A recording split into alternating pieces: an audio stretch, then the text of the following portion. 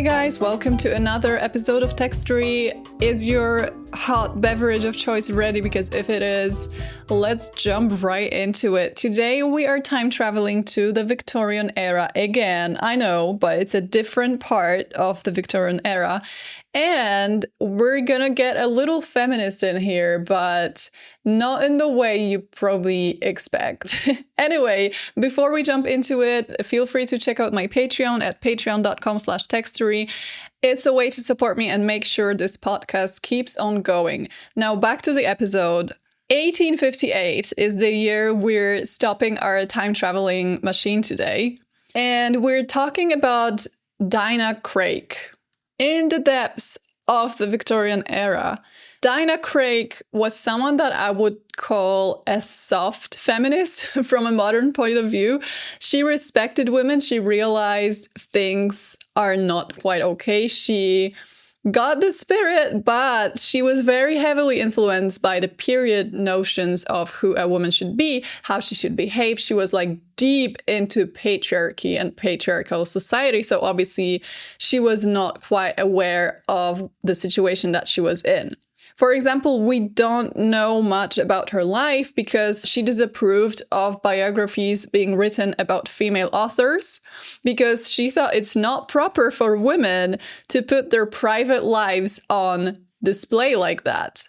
Funnily enough, because I immediately assumed that she just came from a very conservative background and that's why she was like half feminist in a way, but she was actually born to a family that was far from traditional.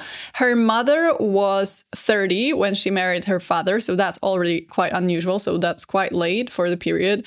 And her father, who was a preacher, he slowly lost his position due to his difficult character, and he eventually got committed to an asylum. So without the father and without financial support, Dinah's mom moved the family back to her hometown. They're all in England, by the way. It's an English family.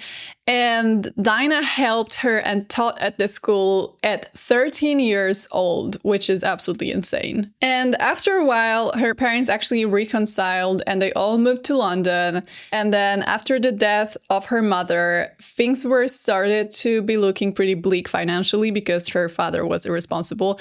And Dinah started publishing stories as a way to raise some money, which is, again, not like the traditional route a girl like her in early Victorian era would go through. And at 25, she lived with a female roommate, which again was quite unusual for the time for two young women to just live independently. In 1856, she published her first book, John Halifax, Gentleman, and people absolutely loved it. They were obsessed with the book. It was a great success. Anyway, her own marriage, because she eventually did end up getting married, even if after saying that she lived with a friend, you guys were like, ooh, roommates. No, she did end up getting married. I mean, I know it's not saying anything, but her own marriage was also not quite conventional. So what happened was she married at the age of 39 to a man who was 11 years her junior. And listen to this, they got together because he got in a railway accident and he was nursing at her house and ended up being disabled.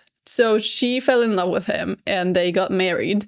And again, one more part of her biography in which I'm like, wow, she really did not care about societal expectations.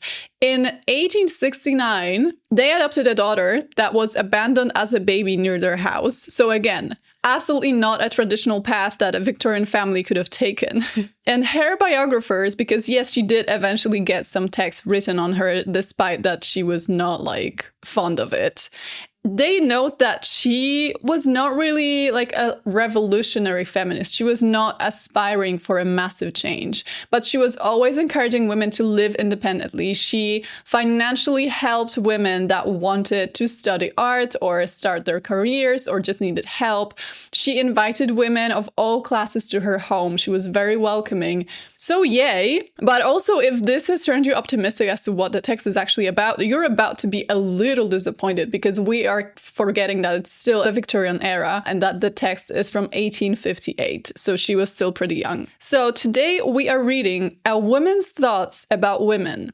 that she published again in 1858. I think it's really interesting to read texts that are also maybe not 100% in line with our modern views, because that way we can see how we have progressed and how the feminist thought has evolved. Obviously, people didn't wake up in 19th century and were like, woohoo, bodily autonomy, women deserve to be presidents. Presidents did not exist back then in most cases. So it was an evolution, and it was like step by step realizing that society needs changing. I'm just putting this out there because it does not sound modern in some places, just so we know.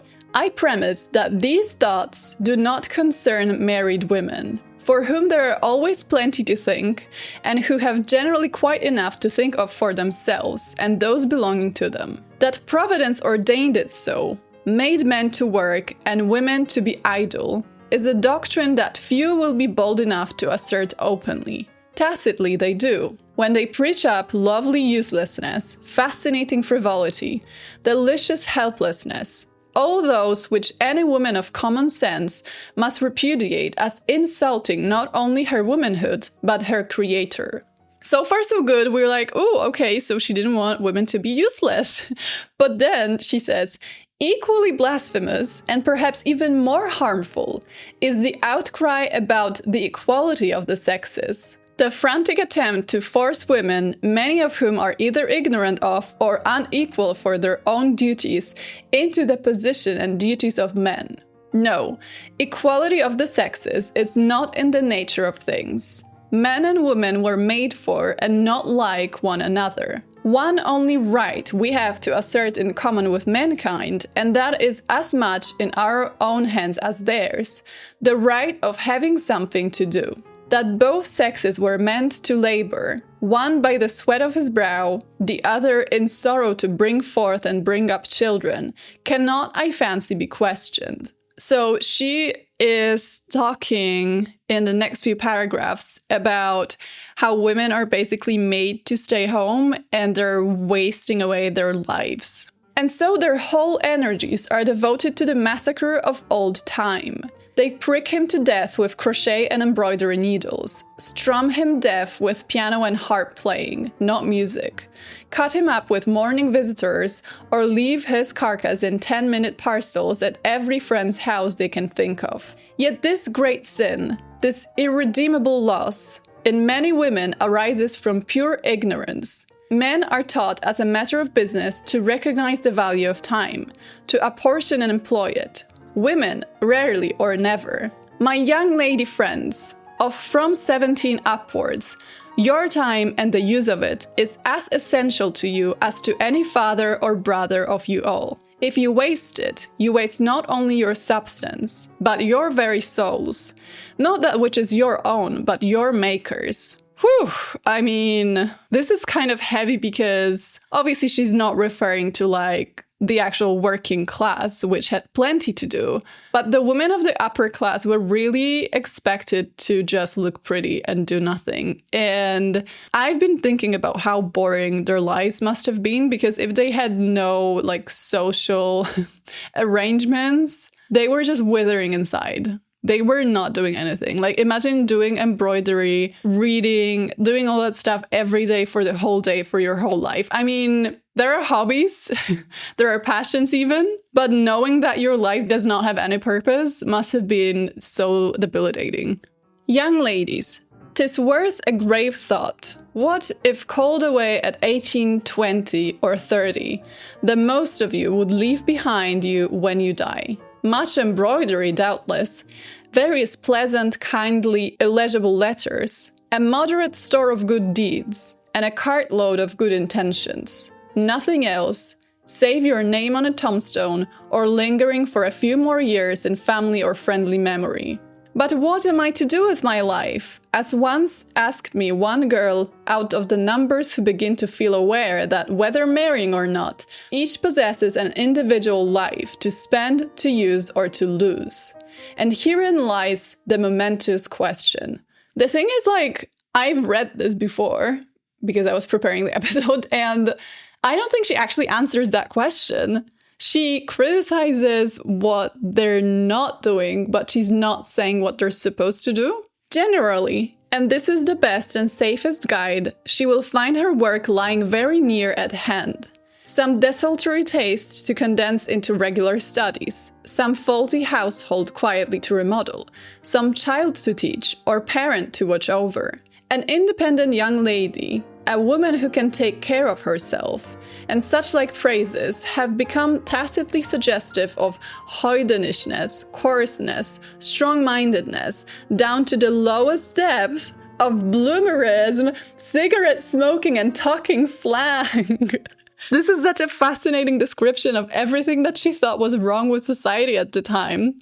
So she's saying that if someone says they're independent, if someone says they can take care of themselves, it's a slippery slope to soon be smoking cigars and wearing bloomers, you know, the early women's pants, and talking slang, which is so cool that she even mentions that. I mean, that's like peak bloomer era. 1850s. Dependence is in itself an easy and pleasant thing. Dependence upon one we love being perhaps the very sweetest thing in the world. To resign oneself totally and contentedly into the hands of another. To have no longer any need of asserting one's rights or one's personality. Knowing that both are as precious to that other as they ever were to ourselves. To cease taking thought about oneself at all. And rest safe at ease, assured that in great things and small we shall be guided and cherished, guarded and helped, in fact, thoroughly taken care of. How delicious is all this? Did it really look like that? I mean, obviously Victorian men bore the brunt of responsibility for like the big decisions, but the household were still a responsibility of women. Women arranged shopping, women arranged meals, women arranged social events, balls, visitors, they took care of the guests. Obviously, the rich women had an army of other women to help them do that, but at the end of the day, even things like a household budget were often the women's responsibility. So I think it was this fantasy of, oh, if I marry, then the man is going to take care of me, I'm not going to have to think of anything. But it actually really only was giving away the autonomy of making decisions about their lives without the actual benefit of being able to lay back and not have to worry about anything. I mean, I'm sure there were marriages where the man was like the actual rock and provider and the women were just like partners of them. But from what I see, from what I've read, not always the case. That's all I'm gonna say here. Of course, I refer to the large class for which these thoughts are meant, the single women. From babyhood, they are given to understand that helplessness is feminine and beautiful, helpfulness, except in certain received forms of manifestation, unwomanly and ugly. We must help ourselves. In this curious phase of social history, when marriage is apparently ceasing to become the common lot, and a happy marriage, the most uncommon of all, we must educate our maidens into what is far better than any blind clamor for ill-defined rights, into what ought always be the foundation of rights, duties. How are duties the foundation of rights? I don't really get that comparison here, but you know what? I'm not a Victorian woman. Maybe it made more sense to them. I do find it interesting that she's like, marriage is doing so bad right now, and a happy marriage is just so uncommon. If the divorces were more common back then, she would probably be like, divorces are at an all-time high, which is exactly what we're saying nowadays. And I do think that marriages nowadays go through like massive shifts socially, but it's funny that she was already saying that in 1858.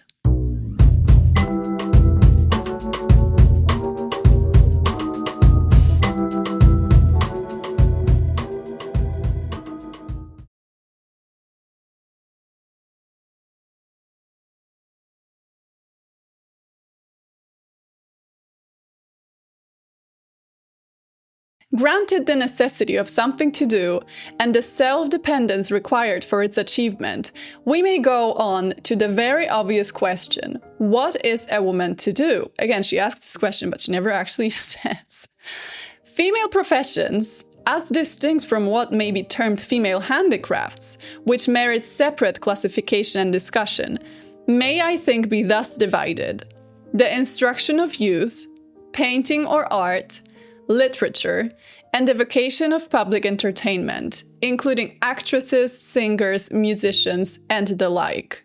Why is she mentioning it so casually? I mean, the majority of actresses in the Victorian era had really bad reputation, but she mentions it as just another job that you could do as a woman. But also, it's a bit sad how she's like, what do you mean you have nothing to do? There's plenty of jobs you could have as a woman. And then she lists 4 jobs. No, sorry, it's 3. In any profession, there is nothing short of being absolutely evil, which is so injurious, so fatal, as mediocrity. Conning over again this desultory chapter, it seems to me it all comes to neither more nor less than this. That since a woman, by choosing a definite profession, must necessarily quit the kindly shelter and safe negativeness of a private life and assume a substantive position, it is her duty not hastily to decide, and before deciding in every way to count the cost. But having chosen, let her fulfill her lot. Let there be no hesitations, no regrets, no compromises. They are at once cowardly and vain. Okay, so she's saying, women, be careful. Once you start working, you must quit your quiet and simple life. But if any woman decides that she wants to work, she wants to take up a profession, no one should stop her.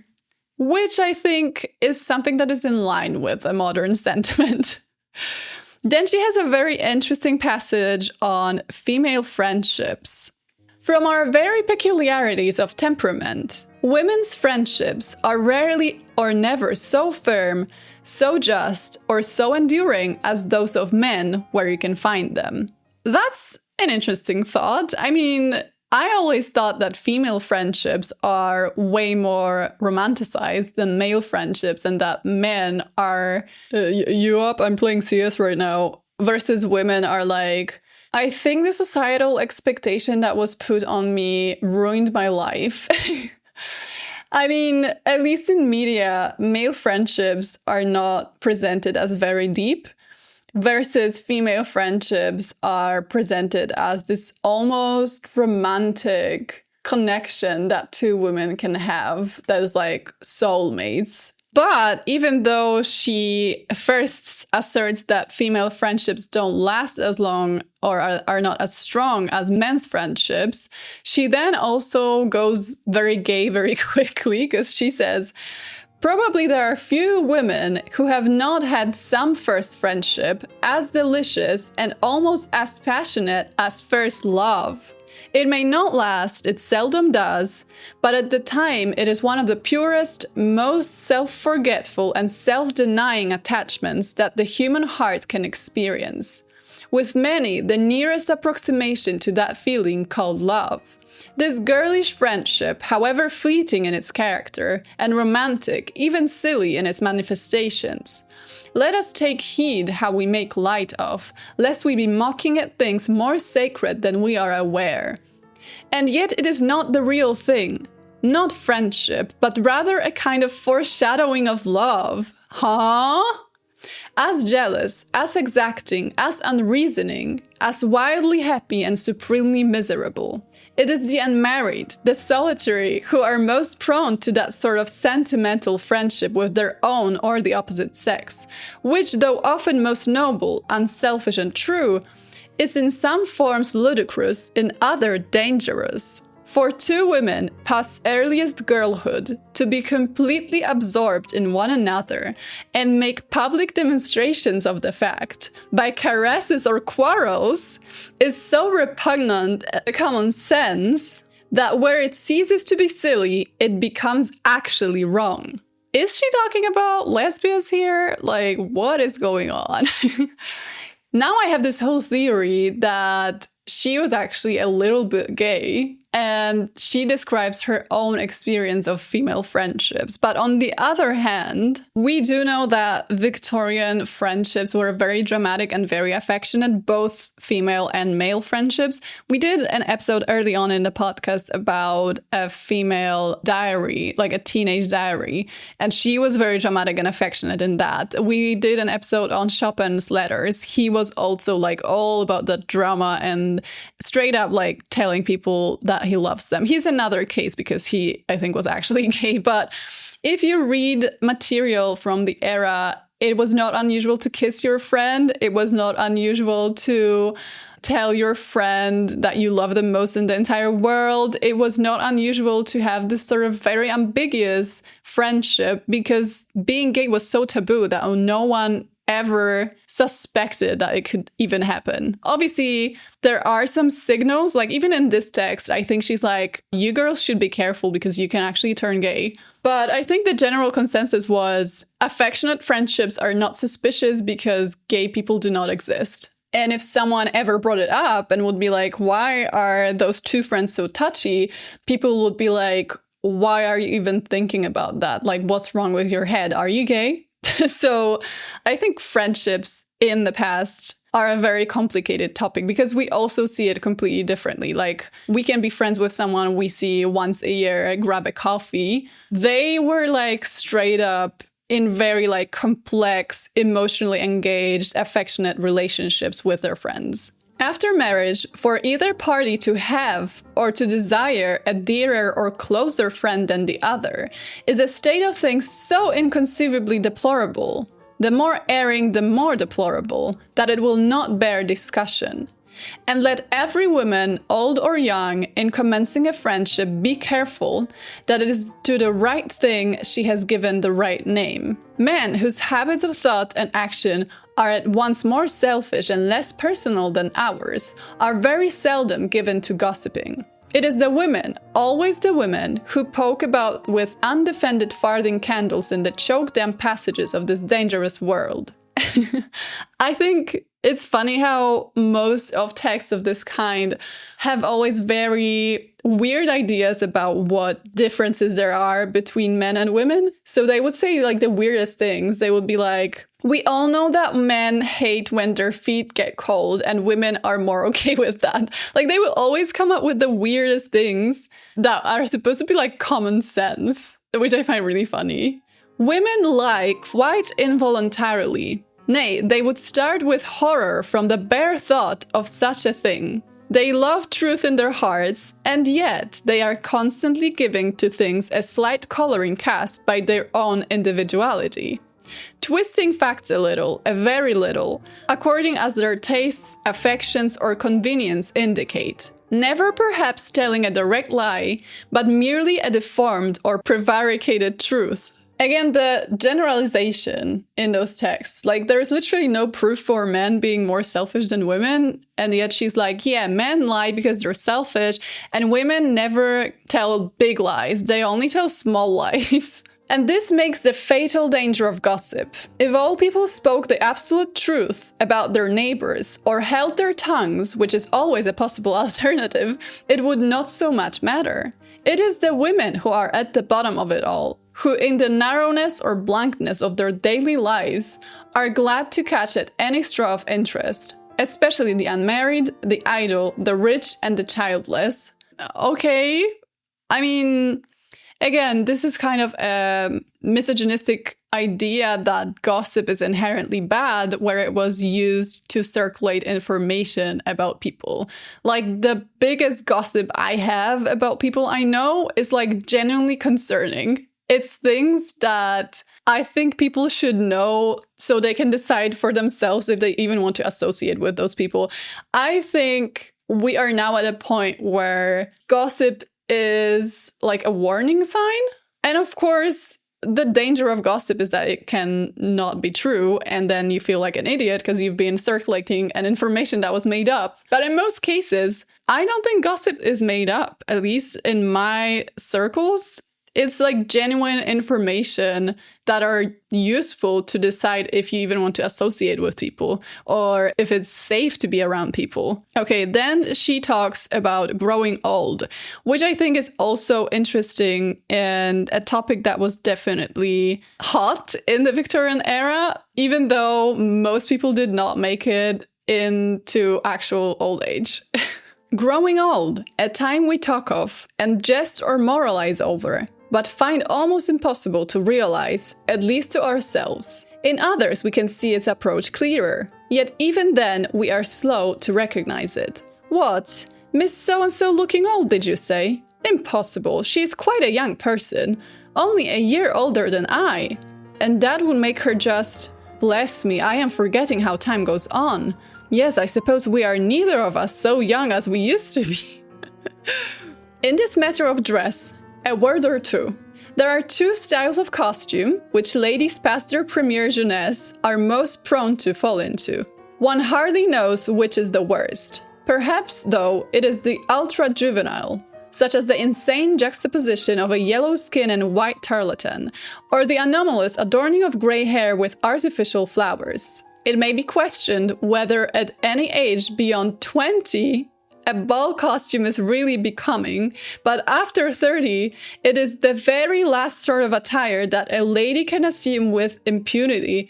What is she talking about? What is a ball costume? I don't think she means a ball gown, because those were worn by older women all the time.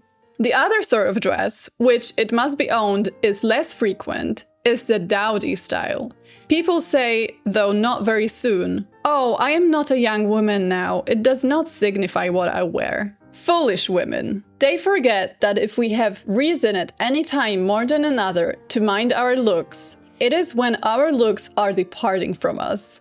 I mean, it's kind of a good point, but also who cares? I don't think I will care about my appearance when I'm older. I already struggle with actually caring about my appearance now. I think as time goes, people realize what's actually important. And the thing is, she wrote this as a young woman. She was not actually old. I'm sure in her later years, she realized it's not really about what she wears. It's not really about if and how she takes care of herself, but it's what she puts out into the world. Because she clearly put out a lot of her work for people. She clearly took care of women. She clearly championed women. And I think in the Victorian era, that's already massive. Who cares if she was against bloomerism? She was still a part of the movement, whether she knew it or not. Her thoughts were still quite, I wouldn't say controversial, but quite progressive in a way. And also looking at the history of her life, there was nothing about it that was conservative. There was nothing about it that was traditional. So clearly she did not care what anyone thought, which I think, just dropped a pin, which I think is a great thing at the end of the day. I think it's also important to, as I said, read the texts that even if we don't think they align with modern standards, with modern views, they still are a testament to the changes and the progression that the female suffrage went through. Anyway, I think that's it. Let me know what you think. And don't forget to check out my Patreon at patreon.com/textory. And I'll hear you in another episode. Bye.